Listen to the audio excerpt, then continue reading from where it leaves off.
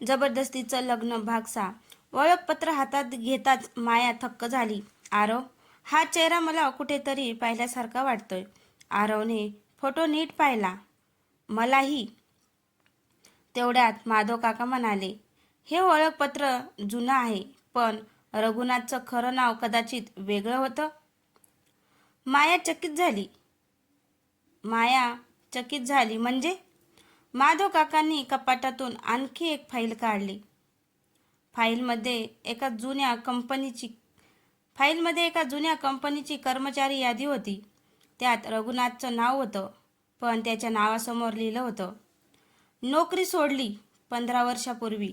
आरवने विचारलं, 15 वर्षापूर्वीचं सगळं का घडलं? माधव काका म्हणाले, 15 वर्षापूर्वीच सगळं का घडलं? माधव काका म्हणाले, कारण त्याच काळात तुझ्या बाबांचं प्रकरण सुरू झालं होतं. माया शांतपणे म्हणाली, मग रघुनाथला शोधल्याशिवाय हे रहस्य सुटणार नाही. तेवढ्यात सुमित्राबाईंनी एक धक्कादायक गोष्ट सांगितली. रघुनाथचा शोध घेण्याची गरज नाही. माया तिच्याकडे वळली. का?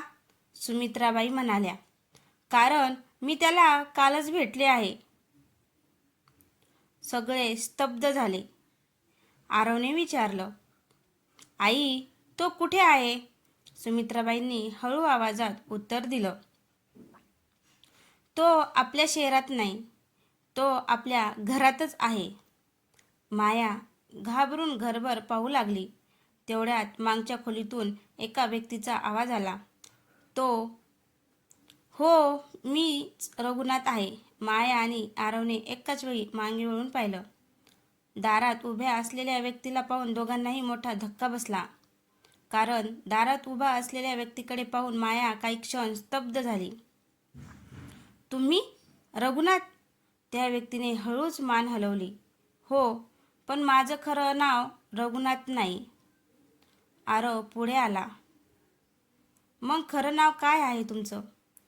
तो काही क्षण शांत राहिला. तुमच्या बाबांनी मला एका वेगळ्या नावाने ओळखलं होतं. मी त्यांचा विश्वासू माणूस होता. माया म्हणाली, मग इतकी वर्ष तुम्ही कुठे होता?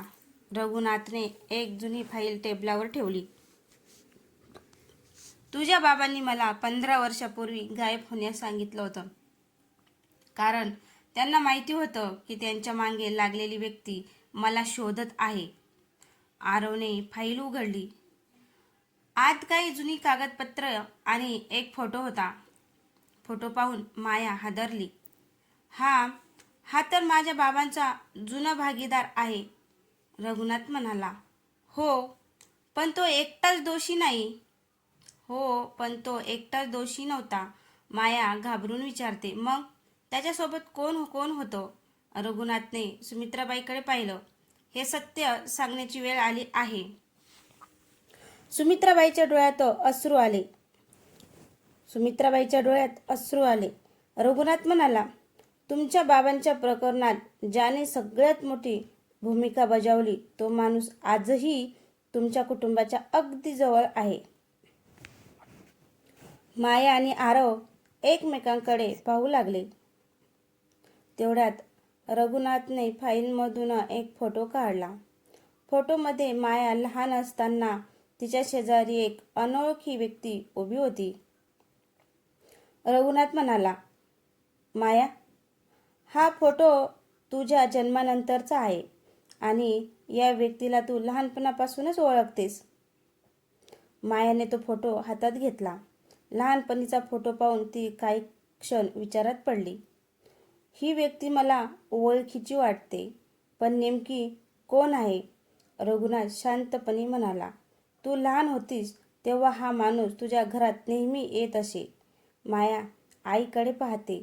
आई, तुला माहिती आहे ना हा कोण आहे? सुमित्राबाईच्या डोळ्यात अश्रू आले. हो. आरवने विचारलं, मग नाव का सांगत नाहीस? सुमित्राबाई काही क्षण शांत राहिल्या. शेवटी त्या म्हणाल्या, कारण तो तुझ्या बाबांचा मित्र नव्हता, तो त्यांचा सगळ्यात मोठा विरोधक होता. माया हादरली. मग तो माझ्या लहानपणी आपल्या घरी का येत होता? रघुनाथ म्हणाला, तुझ्या बाबांना त्यांच्यावर संशय होता, पण त्यांच्याकडे तुझ्या बाबाविरुद्ध काही पुरावे असल्यामुळे ते त्यांच्याशी थेट भांडू शकत नव्हते. आरवने फोटो पुन्हा पाहिला. फोटोच्या मागे एक तारीख आणि एक पत्ता लिहिलेला होता. हा पत्ता कुठला? रघुनाथने पत्ता पाहिला आणि अचानक गंभीर झाला. हा तर त्या जुन्या कार्यालयाचा पत्ता आहे, जिथे तुझ्या बाबांनी शेवटची बैठक घेतली होती. माया म्हणाली, मग आपण तेथे जाऊया. रघुनाथने मान हलवली. जाऊ, पण तिथे जाण्याआधी एक गोष्ट सांगतो. तो थांबला. त्या कार्यालयात तुझ्या बाबांनी शेवटचा जो कागद लपवला होता, त्यावर तुझ्या आणि आरवच्या लग्नाचं कारण लिहिलं होतं. माया आणि आरव एकमेकांकडे पाहू लागले. त्या कागदात नेमकं काय लिहिलं होतं? माया, आरव आणि रघुनाथ त्या जुन्या कार्यालयात पोहोचले. दारावर धूळ साचली होती. रघुनाथने जुनं कुलूप उघडलं. आत गेल्यावर माया आजूबाजूला पाहत होती. बाबा इथे शेवटच्या वेळी आले होते. हो, रघुनाथ म्हणाला, आणि त्यांनी एक कागद इथे लपवला होता. ते तिघेही जुन्या कपाटाजवळ गेले. कपाटाच्या मागे एक छोटासा लाकडी बॉक्स सापडला. आरवने बॉक्स उघडला. आत एक कागद होता. मायाने तो उघडला. त्यावर तिच्या बाबांच्या हस्ताक्षरात लिहिलेलं होतं, मायाचं आरवसोबतचं लग्न हा माझा निर्णय नाही, ही परिस्थितीची गरज आहे. माया थक्क झाली. पुढे लिहिलं होतं, आरवच्या घरात एक अशी व्यक्ती आहे जिला माझ्या सत्याचा अंदाज आहे. माया तिच्या जवळ राहिली तरच मला खात्री आहे की सत्य एक दिवस बाहेर येईल. आरवने कागद हातात घेतला, पण बाबांनी त्या व्यक्तीचं नाव का लिहिलं नाही? रघुनाथ म्हणाला, कारण हा कागद चुकीच्या व्यक्तीच्या हातात पडला असता तर सगळं संपलं असतं. तेवढ्यात बॉक्सच्या तळाशी आणखी एक फोटो दिसला. मायाने फोटो उचलला. फोटोमध्ये आरवचे बाबा, मायाचे बाबा आणि एक तिसरी व्यक्ती उभी होती. आरवने त्या तिसऱ्या व्यक्तीला पाहिलं आणि त्याच्या हातातून फोटो खाली पडला. हा तर, माया घाबरून विचारते. कोण आहे? आरव हळू आवाजात म्हणाला, हा माझ्या बाबांचा भाऊ आहे, जो 15 वर्षापासून कुठेच दिसला नव्हता. रघुनाथने गंभीरपणे सांगितलं, आणि आता तो पुन्हा परत आला आहे.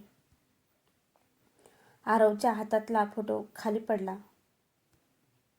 माझ्या बाबांचा भाऊ, पण तो 15 वर्षापासून कुठे आहे? रघुनाथ गंभीरपणे म्हणाला, तो गायब झाला नव्हता. तो फक्त सगळ्यांच्या नजरेपासून दूर राहिला. माया म्हणाली, मग तो आता कुठे आहे? रघुनाथने एक पत्ता पुढे केला. आरवने पत्ता पाहिला आणि त्याला धक्काच बसला.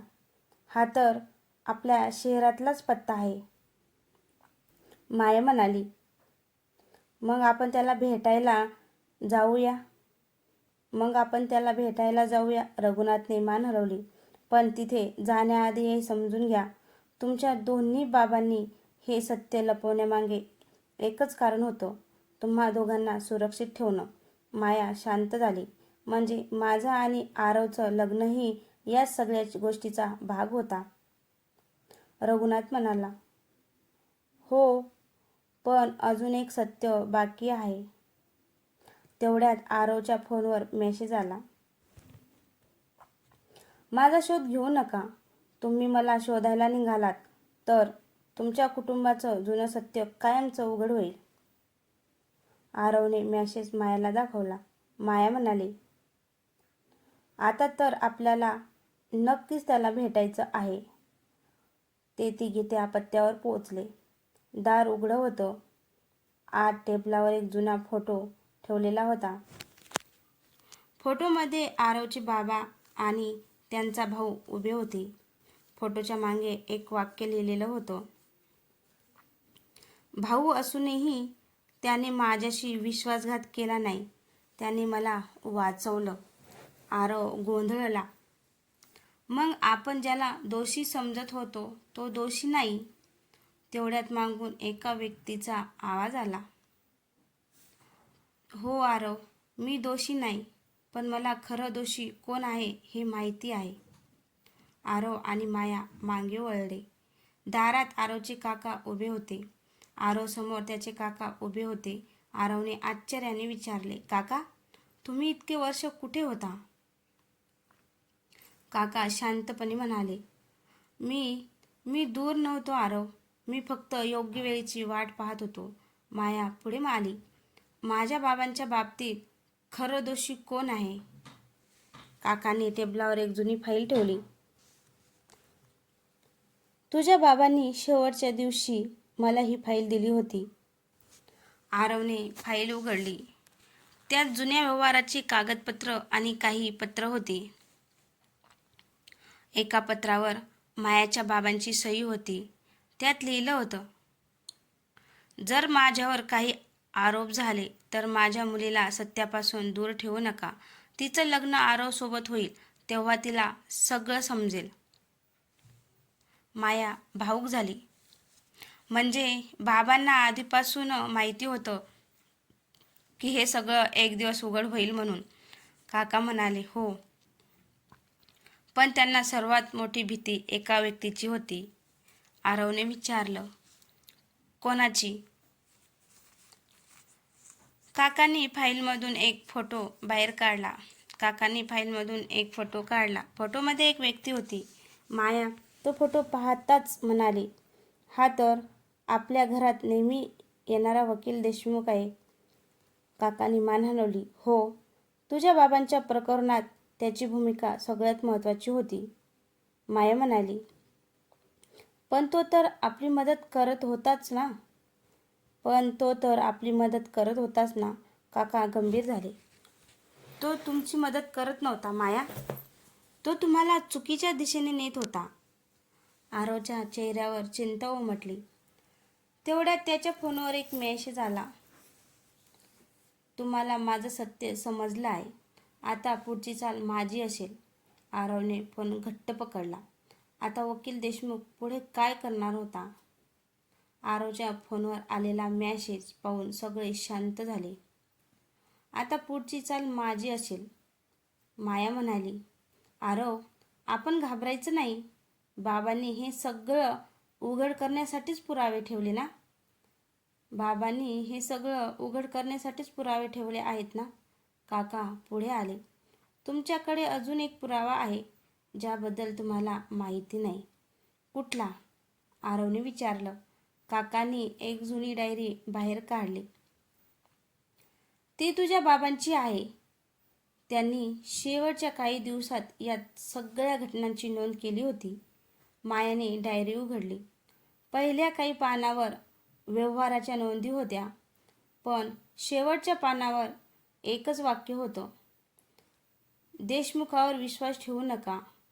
तो माझ्या कुटुंबाला एकमेकाविरुद्ध उभं करत आहे. माया दचकली. म्हणजे वकील देशमुखांनीच गैरसमज निर्माण केला? काका म्हणाले, हो, पण त्याच्याकडे अजूनही एक मोठा पुरावा आहे. आरवने विचारला, कोणता? कुठला? कसला? काका म्हणाले, तुझ्या बाबांनी त्याच्यावर केलेली एक गुप्त तक्रार. तेवढ्यात बाहेर गाडी थांबण्याचा आवाज आला. सगळे खिडकीजवळ गेले. गाडीतून वकील देशमुख उतरला.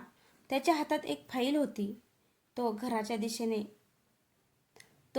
दिशेने पाहून म्हणाला, तुम्हाला सत्य हवं आहे ना? मग ही फाईल उघडा आणि स्वतःच ठरवा की दोषी कोण आहे. माया आणि आरव एकमेकांकडे पाहू लागले. त्या फाईलमध्ये कोणाचं नाव होतं? वकील देशमुखने फाईल टेबलावर ठेवली.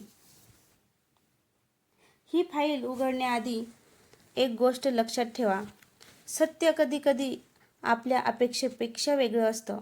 मायाने फाईल उघडली. पहिल्या पानावर तिच्या बाबांची सही होती.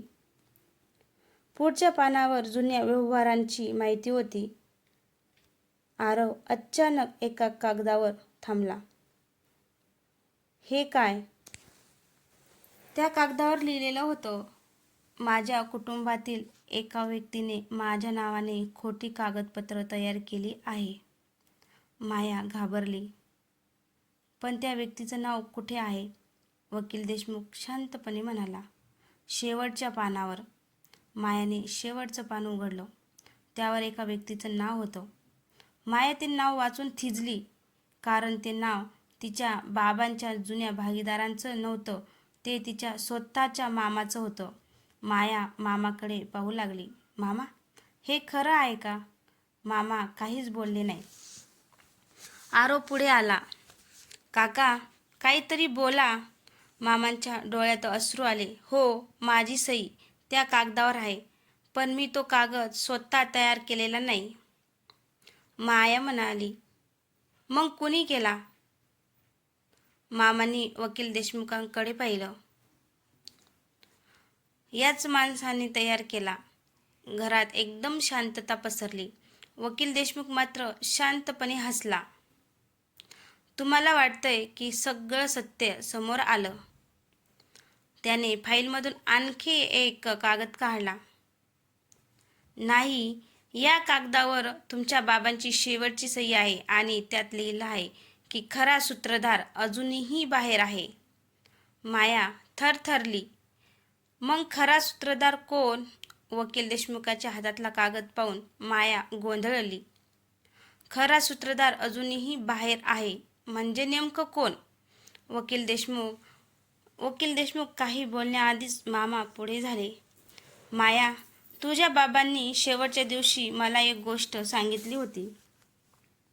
काय? मामांनी हळू आवाजात सांगितलं. या सगळ्या कटामागे असा माणूस आहे ज्याच्यावर आपल्या संपूर्ण कुटुंबाचा विश्वास आहे. आरव म्हणाला. पण कोण? मामांनी एका जुन्या फोटोवर बोट ठेवला. फोटोमध्ये मायाचे बाबा, आरवचे बाबा आणि आणखी एक व्यक्ती होती. माया फोटो जवळ घेऊन पाहू लागली. अचानक तिच्या चेहऱ्यावर आश्चर्य उमटलं.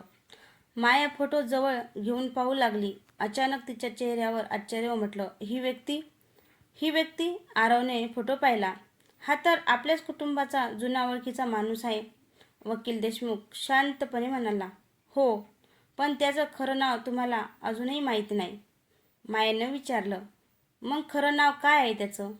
देशमुखाने फाईलमधून एक जुना कागद काढला. त्यावर लिहिलं होतं, रघुनाथ देशमुख. हे नाव खोटं आहे. माया आणि आरव एकमेकांकडे पाहू लागले. रघुनाथही काही क्षण शांत राहिला. मग तो हळू आवाजात म्हणाला. हो, रघुनाथ माझं खरं नाव नाही. घरात सगळे स्तब्ध झाले. माया म्हणाली. मग तुम्ही खरंच कोण आहात? रघुनाथने डोळे खाली केले. मीच तुझ्या बाबांच्या शेवटच्या गुप्त योजनेचा साक्षीदार आहे आणि मला माहिती आहे की त्या रात्री नेमकं काय घडलं होतं. रघुनाथ काही क्षण शांत उभा राहिला. माया त्याच्याकडे पाहत म्हणाली. मग तुमचं खरं नाव काय? रघुनाथने हळू आवाजात उत्तर दिलं. माझं खरं नाव रघुनाथ नाही. माझं नाव रोहन आहे. आरव चकित झाला. रोहन? पण बाबांच्या डायरीत रघुनाथ नाव होतं. रोहन म्हणाला.